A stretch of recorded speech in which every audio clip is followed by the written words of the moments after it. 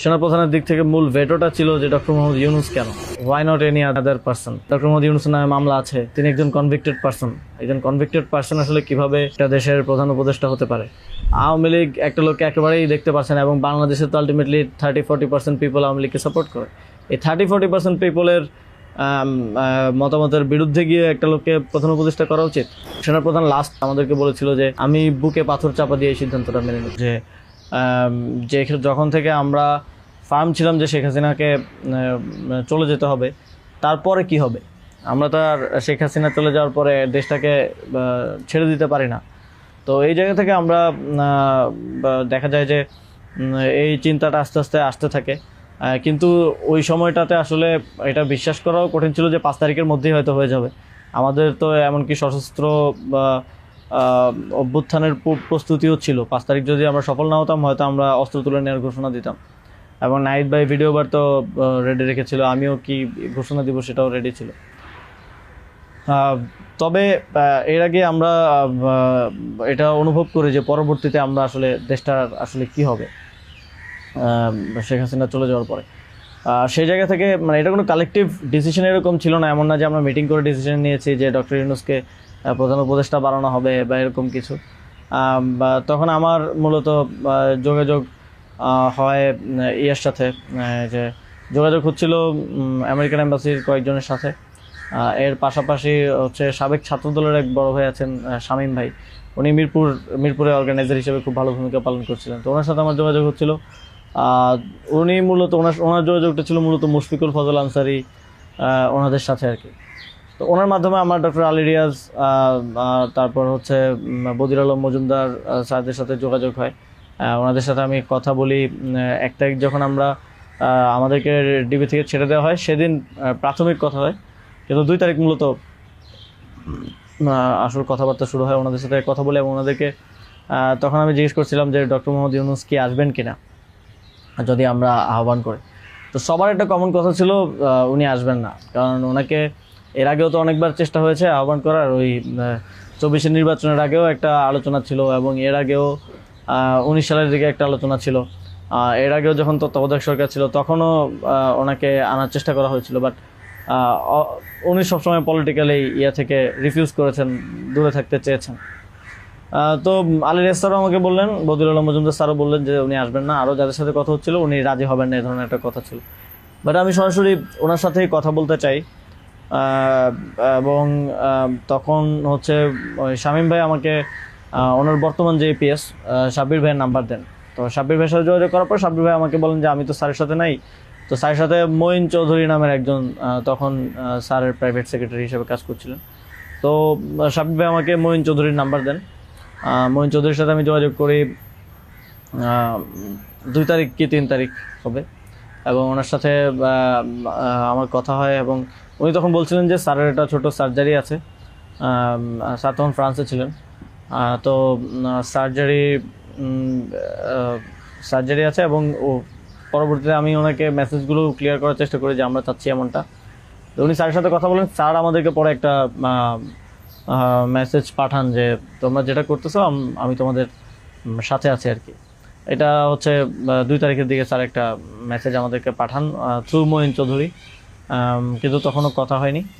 স্যারের সাথে আমার প্রথম কথা হচ্ছে, মানে আমি বারবার ইনসিস্ট করছিলাম সরাসরি কথা বলতে, কারণ সবাই অনুৎসাহিত করতেছে যে স্যার আসবেন না, আদার অপশনস দেখার জন্য, প্রধান উপদেষ্টা হিসেবে অন্য কাউকে দেখার জন্য অনেক নামও আসতেছিল, অনেক নামও সাজেশন আসতেছিল।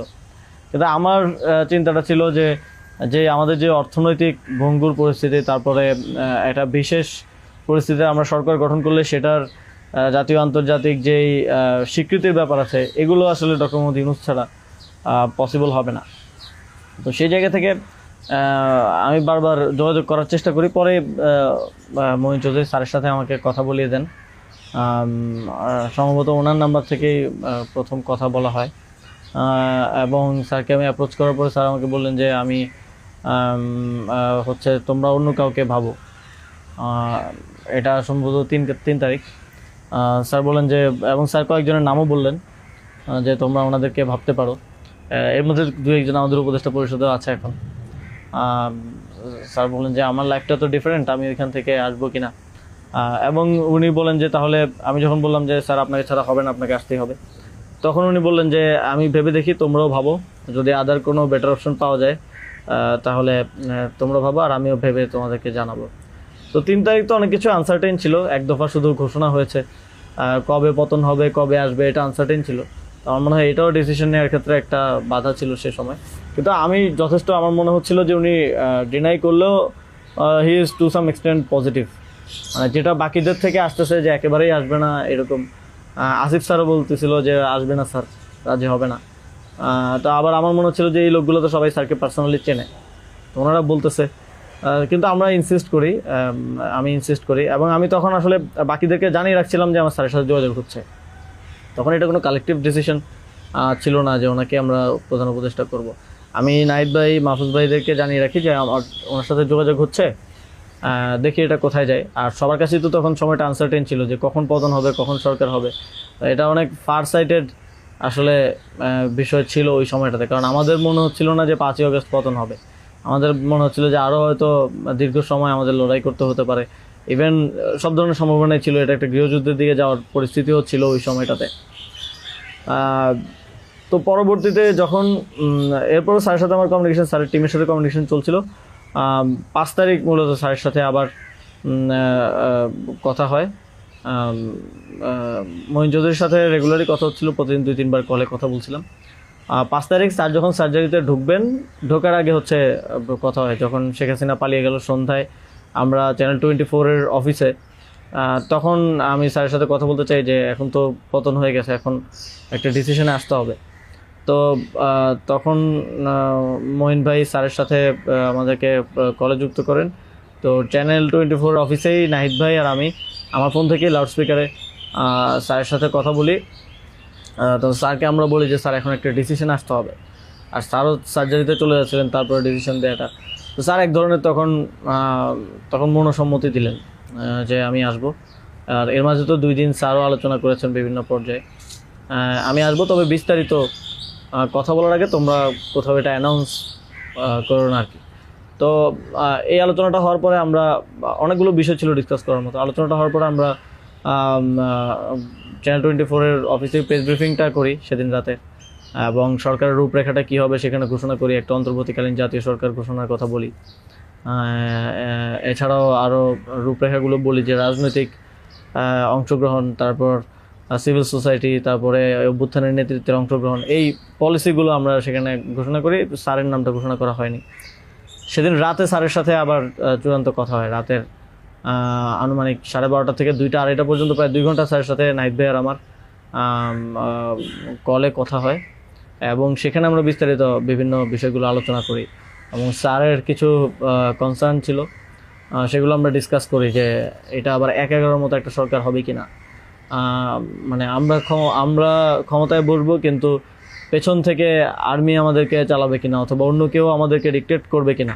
স্যারের কনসার্ন ছিল এটা। স্যারের কনসার্ন ছিল যে আমি আসলে আমাকেই স্বাধীনতাটা দিতে হবে, আমি আসলে এটা আর্মি রান করবে কিংবা পেছন থেকে কেউ রান করবে, এটা হলে আমি আসবো না। তা আমরা স্যারকে বলেছি যে আমাদের পজিশনে এটাই, যে গভর্নমেন্ট যদি আমরা ফর্ম করি, গভর্নমেন্ট স্বাধীনভাবে কাজ করতে হবে, এবং এখানে সেনাবাহিনী কিংবা অন্য কোনো অথরিটি যদি হস্তক্ষেপ করতে চায় সেক্ষেত্রে আমরা মাঠ থেকে সেটাকে চ্যালেঞ্জ করবো আর কি। তো এই ধরনের একটা নিশ্চয়তা স্যারকে আমরা দিই আমাদের এন্ড থেকে। তারপর এক ধরনের কথা হয় যে উপদেষ্টা পরিষদ কেমন হবে, স্যার আমাদেরকে বলেন যে তোমরা ঠিক করো, আর স্যার কিছু সাজেশন দেন। স্যারের টিম থেকে 6 তারিখ সম্ভবত প্রায় 5 তারিখ রাতেই 23-24টা নাম আসে আমার কাছে। তো ওই নামগুলোর সাথে আমরা যে নামগুলো ঠিক করি প্রায় কমন ছিল অনেকগুলো। তারপর আমরা একটা লিয়াজু কমিটি করা হয়, যারা হচ্ছে সকল রাজনৈতিক দলের সাথে আলোচনার ভিত্তিতে একটা উপদেষ্টা পরিষদ গঠন করবে।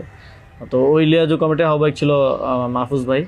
তো ওনারা কমিউনিকেশন শুরু করে দেয় জামাতের সাথে, বিএনপির সাথে, আরও যারা রাজনৈতিক দল আছে, সিভিল সোসাইটি আছে, তাদের সাথে যোগাযোগের মাধ্যমে সবার থেকে নাম প্রস্তাব আসতে থাকে। কিছু নাম ছিল কমন, আমাদের এখানেও কমন, যেমন কিছু মানুষজন, যেমন সালাউদ্দিন আহমেদ স্যার, উনি তো অর্থনীতিতে বাংলাদেশে মানে এই মুহূর্তে যদি আমরা চিন্তা করি তাহলে ওয়ান অফ দ্য বেস্ট। তো ওনার নামটা সব দিক থেকে আসে। তো এরকম কিছু কমন নাম আসে, আবার কিছু নাম দেখা যায় আমরা ইনক্লুড করি বা কোনো এক পক্ষ থেকে আসে, কিন্তু অন্য পক্ষ এটাকে আবার রিফিউজ করে। বিএনপির কিছু নামের ব্যাপারে আপত্তি ছিল, তাদেরকে পরে নেওয়া হয়নি। তো এভাবে একটা মোটামুটি সবার সাথে কনসালটেশনের ভিত্তিতে একটা উপদেষ্টা তালিকা করা হয়। এবং যেদিন স্যার ল্যান্ড করে বাংলাদেশে আসেন 8 তারিখ দুপুরে, আর্মি থেকেও কিছু নাম প্রস্তাব করা হয়। কিন্তু আমরা একটু প্রায় 5-6টা নাম আমরা একটু ঘেটে দেখলাম যে এই লোকগুলো ওইভাবে সর্বজন গ্রহণযোগ্য না। এবং আরেকটা সমস্যা হচ্ছে তাদের অনেকেরই হয় না যে সফট আওয়ামী লীগ অ্যান্ড আওয়ামী লীগের সিভিল সোসাইটি হিসেবে পরিচিত, অথবা তাদের ব্যাকগ্রাউন্ডটা একজন আর্মি অফিসিয়ালসের নাম ছিল সেখানে, এক্স আর্মি অফিসিয়ালস। তার ব্যাকগ্রাউন্ড আমরা দেখি যে তিনি ইন্ডিয়ায় তিনি 4 বছর ছিলেন এবং 4 বছরে তিনি কয়েকটা কোর্স করেছেন সেখানে। সো আবার ওনার ব্যাপারে জনমত হচ্ছে র কানেক্টিভিটি আছে। তো ওই নামগুলো আমরা কেটে দেই এবং সেখানে আর্মি কিছুটা নাকশ হয় যে এই নামগুলো কেটে দেওয়ার পরে। এবং ওই স্যারের সামনে রেখেই, কারণ স্যার ওই যখন ভিভিআইপি লাউঞ্জে স্যার ছিলেন এয়ারপোর্টে, তো স্যারের সামনে রেখে আমি আর আসিফ স্যার নামগুলো কেটে দিই যে এই নামগুলো তো আমরা দেই নাই। সেখানে আর্মি চিফও ছিলেন। তো আমাদের ইয়েটা ছিল এটাই যে আগের রাতে আমরা যেটা কথা বললাম যে এই উপদেষ্টা পরিষদে যদি আর্মির লোকজনই বেশি থাকে তাহলে তো এটা দিন শেষে আর্মি ব্যাগ আবার 111 টাইপ গভর্নমেন্টই হচ্ছে। সেই জায়গা থেকে আমরা এই নামগুলো নিতে চাইনি। তবে সেখানে আমরা যুক্তি দিয়েছি যে কারণ সবার প্রোফাইলটা যখন আমরা একটু ঘাটাঘাটি করেছি দেখেছি সবারই কোনো না কোনো প্রবলেমেটিক এলিমেন্ট সেখানে আছে। হয় তার র কানেক্টিভিটি হিসেবে জনমত আছে, মানুষের মধ্যে গুঞ্জন আছে, অথবা তার আওয়ামী লীগের সিভিল সোসাইটি হিসেবে পরিচিতি আছে। তো এই ধরনের একটা বিষয় ছিল ওই 5-6টা নামের মধ্যে, যে কারণে আমরা সবগুলো নামই প্রায় কেটে দিয়ে শুধু একটা নাম আমরা রেখেছিলাম সিএসটি উপদেষ্টা যিনি আছেন। কারণ আমাদের কাছে মনে হচ্ছে ওইটা সেন্সিটিভ জায়গা এবং দেশের এরকম একটা ট্রানজিশন টার্মাল সিচুয়েশনে যেহেতু আর্মি পুরোপুরি আমাদের পার্বত্য অঞ্চলের সমস্যাগুলো ডিল করে, তো সেখানে তাদের কথাটা রাখা উচিত। সেই জায়গা থেকে ওনার নামটা আমরা রাখি, শুধু আর্মির প্রপোজাল থেকে বাকিগুলো কেটে দেওয়া হয়। তো এভাবেই একটা এবং এছাড়াও আরেকটা ইয়ে ছিল যে 6 তারিখ আর্মির সাথে আমাদের একটা বৈঠক হয়, 3 বাহিনী প্রধান তারপর রাষ্ট্রপতি, প্রায় 4 ঘন্টার একটা বৈঠক হয়। যেটার মূল কথাটা ছিল যে সেনাপ্রধানের দিক থেকে মূল ভেটোটা ছিল যে ডক্টর মোহাম্মদ ইউনূস কেন, why not any other person. তো আমরা আমাদের জায়গায় অ্যাডামেন্ট ছিলাম, বিকজ আমরা তো 5 তারিখ রাতেই ঘোষণা দিয়ে দিয়েছি যে doctor Mohammad Yunus will be the chief adviser of the next interim government. এবং সেটা এক ধরনের বৈপ্লবিক কায়দায় আমরা ভিডিও বার্তা দিয়ে ঘোষণা দিয়ে দিয়েছি, আমরা কোনো নিয়মের কিংবা সংবিধানের তোয়াক্কা সে সময়টাই করি নাই। কিন্তু উনি বারবার বলার চেষ্টা করছিলেন যে ডক্টর মোহাম্মদ ইউনূসের নামে মামলা আছে, তিনি একজন কনভিক্টেড পারসন। একজন কনভিক্টেড পারসন আসলে কীভাবে হতে পারে, একটা দেশের প্রধান উপদেষ্টা হতে পারে। তো আমরা যখন এগুলো ডিবাঙ্ক করতেছিলাম কথাগুলোকে যে এগুলো তো আওয়ামী লীগের সময়ের পলিটিক্যালি মোটিভেটেড মামলা, এই মামলা তো দেখা গেছে সবার নামে পাওয়া যাবে, আমাদের নামেও আছে। তো এটা বলার পর আবার ওনারা আরেকটা কথা বললেন যে সোসাইটির একটা বড় অংশ তো আসলে ওনাকে হেট করে, এবং বড় অংশ বলতে উনি তখন সরাসরি বলেছেন যে আওয়ামী লীগের অন্তর্বর্তীকালীন সরকারটা তো সবার কাছে গ্রহণযোগ্য হতে হবে। এখন আওয়ামী লীগ তো ডক্টর মোহাম্মদ ইউনূসকে 2 চোখে দেখতে পারে না, একদম অপছন্দ করে। তো এখন এই আওয়ামী লীগ একটা লোককে একেবারেই দেখতে পাচ্ছে না, এবং বাংলাদেশে তো আলটিমেটলি 30-40% পিপল আওয়ামী লীগকে সাপোর্ট করে। এই 30-40% পিপলের মতামতের বিরুদ্ধে গিয়ে একটা লোককে প্রধান উপদেষ্টা করা উচিত। তো আমরা তখন বললাম আওয়ামী লীগ এমন কিছু না যেটা নিয়ে এখন আমাদের কনসার্ন হওয়া উচিত। আওয়ামী লীগকে আমরা পরাজিত করেই এই প্ল্যাটফর্মে আসছি, এখানে আমরা বসছি। আওয়ামী লীগ কি চাইলেও না চলে এটা এখন আর ম্যাটার করে না কোনোভাবেই। কিন্তু উনি বারবার এই কথাটা ঘুরে ফিরে বলতেছিলেন যে এই সরকার তো একটা নির্বাচন আয়োজন করবে, এই জন্য বিএনপি আওয়ামী লীগ সবার কাছে এই সরকারের গ্রহণযোগ্যতা থাকা প্রয়োজন। আওয়ামী লীগ তো প্রধান ডক্টর মোহাম্মদ ইউনূসকে একেবারেই দেখতে পারে না, ওনাকে আওয়ামী লীগ মেনে নেবে না উনি আসলে। কিন্তু আমাদের কথা ছিল যে আওয়ামী লীগ তো এখন আর এই মুহূর্তে ডিসিশন মেকিংয়ে আওয়ামী লীগ ম্যাটার করে না। এটা গণহত্যা ঘটনার পরে সে কি ভাবলো বা তার কি পজিশন, দ্যাট ডাজন্ট ম্যাটার। এরপরও ওনারা নানা ধরনের যুক্তি দিতে পারে, এবং শেষে 4 ঘন্টা এই বিষয়ের উপরে ডিসকাশন হয়। 4 ঘন্টা, আধা ঘন্টা হয়তো অন্যান্য ইস্যুস নিয়ে ডিসকাস হয়েছিল, বাট 4 ঘন্টা প্রায় 3.5 ঘন্টা ইস্যু নিয়ে ডিসকাস হয়। তো এখানে আসছিলাম আমি, নাহিদ ভাই, মাহফুজ ভাই আর নাসির ভাই। আর বাকি আমাদের সাথে যারা ছিল তারা বাইরে অপেক্ষা করছিল। আসিফ স্যার ছিল, তারপরে তানজিমুদ্দিন স্যারও ছিল, আরও সমন্বয়িকা ছিলেন আরও 10-12 জন, সবাই বাইরে অপেক্ষা করছিল আর কি এই 4 ঘন্টা। তো তারা বারবার 2বার হচ্ছে বিরতি দিয়ে আমাদেরকে আবার ভাবতে বলে আবার চলে যেত, আবার এসে আবারও একই জায়গা থেকে কথা শুরু করতো। মানে আমরা বুঝতে পারছিলাম যে ডক্টর মোহাম্মদ ইউনূসকে এখানে এস্টাবলিশমেন্ট কোনোভাবেই চাচ্ছে না। আর আমাদের কথা ছিল আমরা ঘোষণা দিয়ে দিছি, এবং আমরা এক ধরনের হুমকি সুরে সেখানে বলি যে যদি এটা রাষ্ট্রীয়ভাবে না হয়, যদি রাষ্ট্রপতি ঘোষণা না দেয় ডক্টর মোহাম্মদ ইউনূসকে প্রধান উপদেষ্টা হিসেবে, তাহলেও আমাদের কিছু যায় আসে না, কারণ আমরা অলরেডি ঘোষণা দিয়ে দিয়েছি। আমরা আমাদের তৈরি করা উপদেষ্টা পরিষদ নিয়ে শহীদ মিনারে গিয়ে শপথ নিব। এই হুমকিটা দেওয়ার পরে তারা একটু মানে নড়ে চড়ে বসে, এবং তারা গিয়ে রাষ্ট্রপতির সাথে ডিসকাস করে আসে। এবং সেনাপ্রধান লাস্ট আমার মনে পড়ে আমাদেরকে বলেছিল যে আমি বুকে পাথর চাপা দিয়ে এই সিদ্ধান্তটা মেনে নিচ্ছি। এবং আমাদের জায়গাটা ছিল খুবই রিজেক্ট, যে ডক্টর মোহাম্মদ ইউনূসকে না আনতে পারলে এখানে একটা শক্ত সরকার গঠন করা পসিবল হবে না। এবং আর্মির যেই মোটিভেশন ছিল, এটা আবার 1-11-র মতো একটা সরকার গঠন করার তাদের মোটিভেশন ছিল। যখন তারা নামগুলো দেয়, 6টা-7টা উপদেষ্টার নাম দেয়, তখন এটা বোঝা যায়, এবং ডিকটেট করার এক ধরনের। তো আমরা যদি এখানে অন্য কাউকে নেই যার পার্সোনালিটি এত স্ট্রং না, তাহলে আলটিমেটলি আমরা আসলে অন্য কারো দ্বারাই পরিচালিত হব, ড্রিভেন হব। এই সরকারটা আত্মনির্ভরশীল একটা স্বতন্ত্র সরকার হতে পারবে না। তো তারপর তো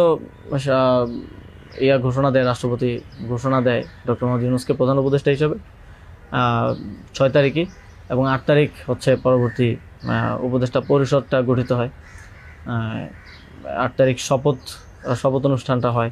স্যার যখন সার্জারি শেষ করে দেশে আসেন, তারপর ওই দিন সন্ধ্যায় সরকার